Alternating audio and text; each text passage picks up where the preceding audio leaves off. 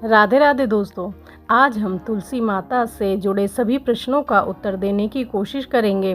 तो आशा करती हूँ कि आप ये वीडियो पूरा ज़रूर देखेंगे।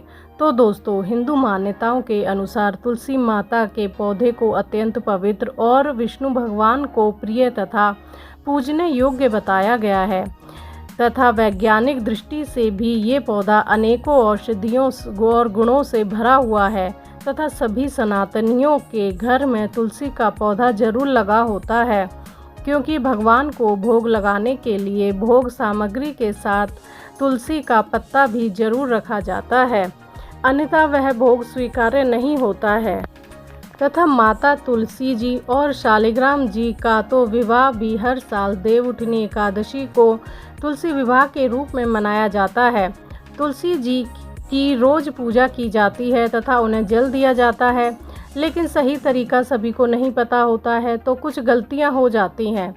तुलसी जी को जल देने का सही विधि है कि आप जल देते हुए ओम वृंदाय नमः का जाप करें तो अति उत्तम होता है। जल देते हुए अगर तुलसी जी की परिक्रमा कर सकते हैं, यानी आपका गमला ऐसी जगह पर रखा है जहां आप परिक्रमा कर सकते हैं, तो आप 3 या 5 परिक्रमा करनी चाहिए। पहले परिक्रमा को फिर थोड़ा जल माता के जड़ों में धीरे से डालें, फिर परिक्रमा करें, फिर जल डालें। ऐसे परिक्रमा करते हुए ओम वृंदाय नमः मंत्र का जाप भी बराबर करते रहना चाहिए। परिक्रमा के बाद गमले में जो जल है उसे अपने हाथों से माथे पर लगाएं, फिर माता को रोली कुमकुम लगाएं, अक्षत चढ़ाएं, फूल चढ़ाएं तथा घी का दिया जलाएं तथा माता की आरती उतार कर, या आरती नहीं आती है तो 5 बार दिए से आरती उतार कर माता को प्रणाम करें। अब बात करते हैं कि तुलसी का पौधा कब और कहाँ लगाना चाहिए। तो इसके लिए सबसे अच्छा महीना की बात करें तो वैशाख मास और कार्तिक मास अच्छा होता है, लेकिन आप किसी भी महीने में गुरुवार और शुक्रवार को तुलसी का पौधा लगा सकते हैं। और समय की बात करें तो सुबह या शाम सूर्यास्त से पहले लगा सकते हैं। अब बात करते हैं कि तुलसी का पौधा घर में कहाँ लगाना चाहिए। तो घर के आंगन में पौधा लगाना सर्वोत्तम माना जाता है, लेकिन सभी के आंगन में तो पौधा लगाना संभव नहीं होता है। तो ऐसे में पूर्व और उत्तर के कोने में भी माता तुलसी को स्थापित कर सकते हैं, लेकिन भूल कर भी दक्षिण और पूर्व के कोने में ना रखें, क्योंकि वहाँ तुलसी माता लगाने से यम दोष लगता है, जो पारिवारिक दृष्टि से शुभ नहीं होता, अशुभ होता है। आजकल शहरों में फ्लैट सिस्टम होता है, तो वहाँ बालकनी में ही लगाना पड़ता है। तो ऐसे में बस दक्षिण पूर्व के कोने को छोड़कर बाकी जगह पर लगा सकते हैं। अब बात करते हैं कि तुलसी कब नहीं तोड़नी चाहिए। तुलसी रविवार को और एकादशी और द्वादशी को भी नहीं तोड़नी चाहिए, और संक्रांति को भी नहीं तोड़नी चाहिए। इन दिनों में तुलसी तोड़ने से पाप लगता है, और अमावस के दिन तो भूलकर भी तुलसी का पत्ता नहीं तोड़ना चाहिए, अन्यथा घोर पाप लगता है। तुलसी का पत्ता कभी भी वासा या अशुद्ध नहीं होता, तो इन दिनों से पहले तुलसी का पत्ता तोड़ कर रख लें और भोग लगाएं। अब बात करते हैं कि माता तुलसी को दिया किस दिन जलाना चाहिए।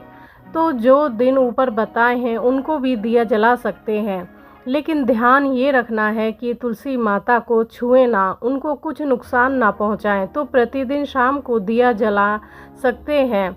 रविवार को भी बिना तुलसी माता को छुएं और नुकसान पहुंचाएं शाम को दिया जला सकते हैं। आप 7 दिन दिया जला सकते हैं। इससे माता लक्ष्मी जी प्रसन्न होती हैं, और जिस घर में माता तुलसी की पूजा विधि विधान से होती है वहाँ माँ लक्ष्मी स्थायी निवास करती हैं। अब बात करते हैं कि तुलसी का पौधा सूख जाए तो क्या करें।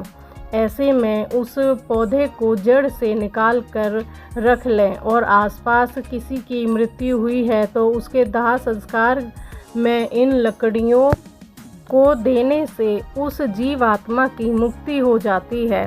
दूसरा, आप जल में प्रवाहित कर सकते हैं। यदि आपके आसपास जल में प्रवाहित करने का कोई साधन नहीं है तो आप इन लकड़ियों को छोटा छोटा तोड़कर गमले में ही दबा दें। इससे वे इसी गमले में मिट्टी का रूप ले लेंगी तथा इसी गमले में आप दूसरा पौधा भी लगा सकते हैं तथा जब तक दूसरा पौधा ना उगे तब तक इसी गमले को तुलसी माता का प्रतीक मानकर इसकी पूजा कर सकते हैं।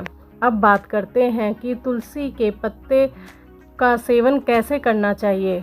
तो पुराणों के अनुसार तुलसी के पत्ते को साबुत ही निगलना चाहिए। ध्यान रखें कि भगवान श्री गणेश जी को कभी भी भूलकर तुलसी अर्पित नहीं करनी चाहिए। अब बात करते हैं कि तुलसी का पौधा लगाना उत्तम है या बीज।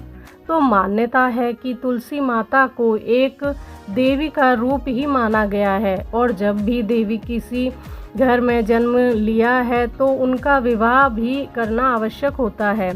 इसलिए यदि आप घर में बीज बोते हैं तो उससे बने पौधे घर में उत्पन्न बेटी के समान होते हैं जिसका विवाह करना आवश्यक होता है।